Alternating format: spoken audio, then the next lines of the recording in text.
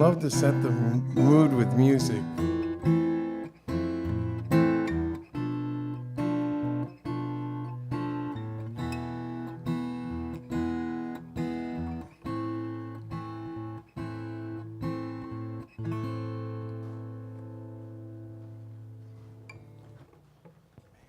May I unplug this? Is that okay? All right. Thank you. All right.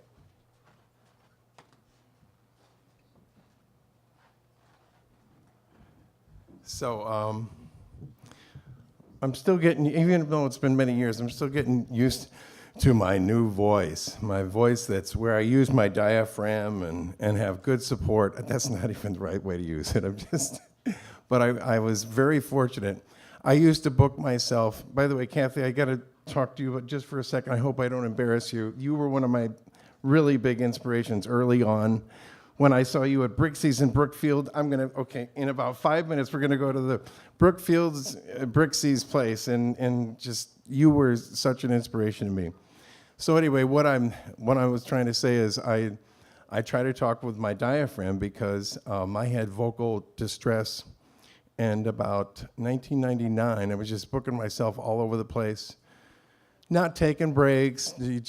So anyway, I developed a polyp.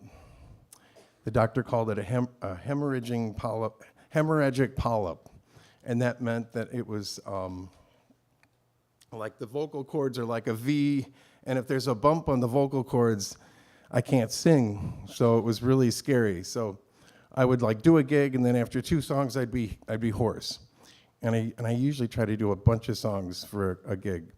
So this guy, Dr. Robert Bastian, I'm so grateful for him. We did do the surgery because with polyps you have to, it's usually surgical. With a node or a nodule, it's like a smaller bump or a blister, and you can sometimes get rid of those with vocal training and speech pathology and a speech therapist. But with mine, it was really, I could taste blood. It was not fun. It was very serious. So I had but the doctor did warn me that there's a chance you may not ever sing again or maybe even talk again. And I thought, oh wow, what's your record? And he said, well, I'm about 97.5%. And I've done, and I said, can you name some people you've operated on? And he said, well, yeah, I did R. Kelly and I did Dave Bickler. And I said, oh, Dave Bickler, he used to hang in my basement way back in the 70s. I'm kind of old, but anyway. I just am so grateful that it was successful. Been singing like a bird ever since. Don't do quite as many gigs. I'm older, but it's great to have music in my life. So, thank you. So anyway, I have way too many notes, so I'm not going to even do half of these notes. I still wasn't really ready today, but that's okay. It's all good. I'm gonna do it Maureen Kathy style and just do it and not even worry about it. No, I'm releasing ego. So anyway, one of the blessings that I've had, that I've received from Spirit, God, my higher power, whatever you want to call it, is coming to life. I had a childhood where there was a lot of crazy stuff that happened, and my parents got divorced in 1970, and so my 2 older brothers were, and I grew up in Naperville. First, we lived in Lockport for a little while, and then we moved to Naperville because they were tearing down our house in Lockport. So I decided I'm going to become the head of the family because Dad's leaving. It was like 1970, and my 2 older brothers are getting in all kinds of trouble. They were hanging out at the bridge. Like, I don't know if anybody knows Naperville, but there was this thing called the Naperville Hippie Bridge or the Naperville Bridge. And all the cool kids and any kid that wanted to just act cool would sit on this bridge. And the parents would call it the long hairs would hang out there, and you could but it was just a place for kids to act cool. So my brother, who was becoming a really good drummer at the time, he hung out there, and my brother Barry. And then I thought, I can't do that. I wouldn't mind it, but I didn't think that my mother could take one more God, whatever you want to call it. I shut down at about 14 years old. I just decided, this is getting crazier and crazier. And if I react and try to help my family, it could really be bad. I could have, I'm talking about reform school, maybe jail, death. No outcome was good. So I decided, I can't handle this. It's crazy, and it's just getting worse. It went from survival mode to crisis management. And I just decided, and it wasn't me, it was all the forces that are good, decided, Kevin, just don't even engage. Just shut down. Just don't, just go unconscious, basically. So that's what I did for many years. I lived that way.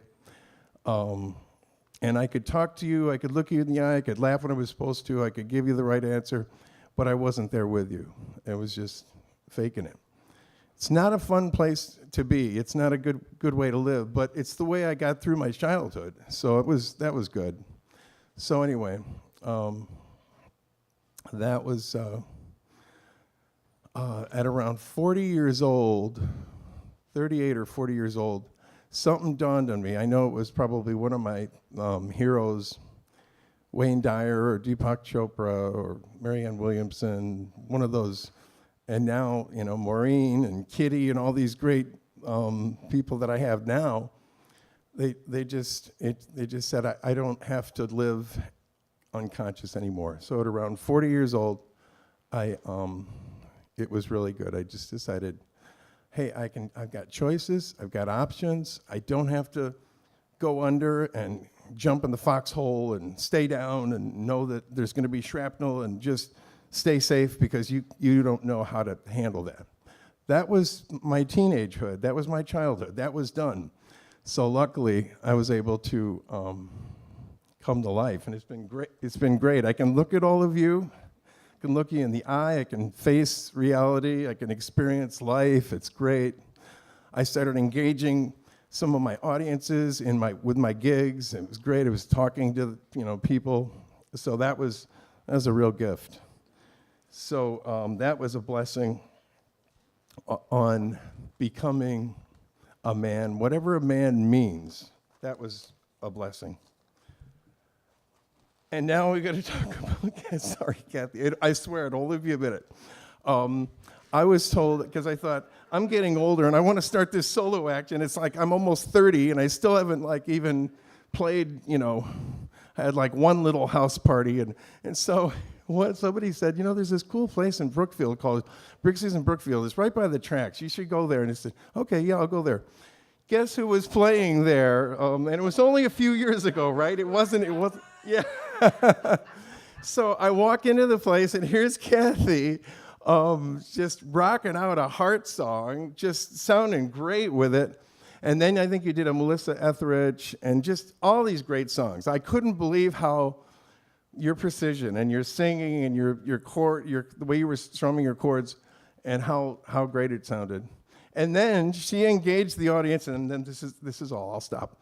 She engaged the audience and had everybody start singing, and that was really fun. And just so you really inspired me and taught me a lot that night, and I came and saw you a couple more times. So anyway, thanks for being an inspiration early on. I appreciate it. And then a couple other people that I got to know said, oh, you should go see this guy at a place called Oz. And so I went to see this guy, Nicholas Barron. He was another big inspiration. T.C. Furlong told me about him. And then these few other people. And so anyway, Jason Hubbard, Dustin Parker, Phil Miller, all these great musicians that really helped me. And then, and Mitch too, yes, and Mitch, and of course Kathy here now. It's just great what you do, amazing. So, are there any other musicians I don't know. So that was a really big thing. A big reason I'm in music is my dad, before he left, he's a very talented concert pianist, so I got to fall asleep to people like Mozart and Beethoven and Wagner and Liszt and Chopin and all this great music. I didn't really like it at first, but I got to really love it after. I guess if you hear something long enough, it's kind of brainwashing. So that was a big influence. And then also when we moved to Naperville, my brother John was getting to be a really good drummer and did a lot of funky beats and African-American beats, and I just loved to hear him. And so he had a bunch of bands in my basement, and I got to listen to them while I was growing up, and that was a big influence. Pete and Gary and Dennis Luxian and all these, Finney and Neil, Jim Fairs, Dave Bickler, Tom Duty, there was other people. Yeah, that's right. You were there. I remember that in Naperville. Yeah. And just all these musicians that were just like, oh my gosh. So I got to rock with Mars. One of my brother's bands, the name was Mars. Then there was Sapphic, and there was Phoenix. So anyway, that was a huge way that I got some relief while I was going through this childhood this teenagehood that was kind of crazy. I got to always hear my brother's band, whatever band he was in, because it was right in my basement. So that was good. And so that's another way I've been blessed and was able to find some identity and become a man. And I'm not going to go into all this. I'm just going to do one more.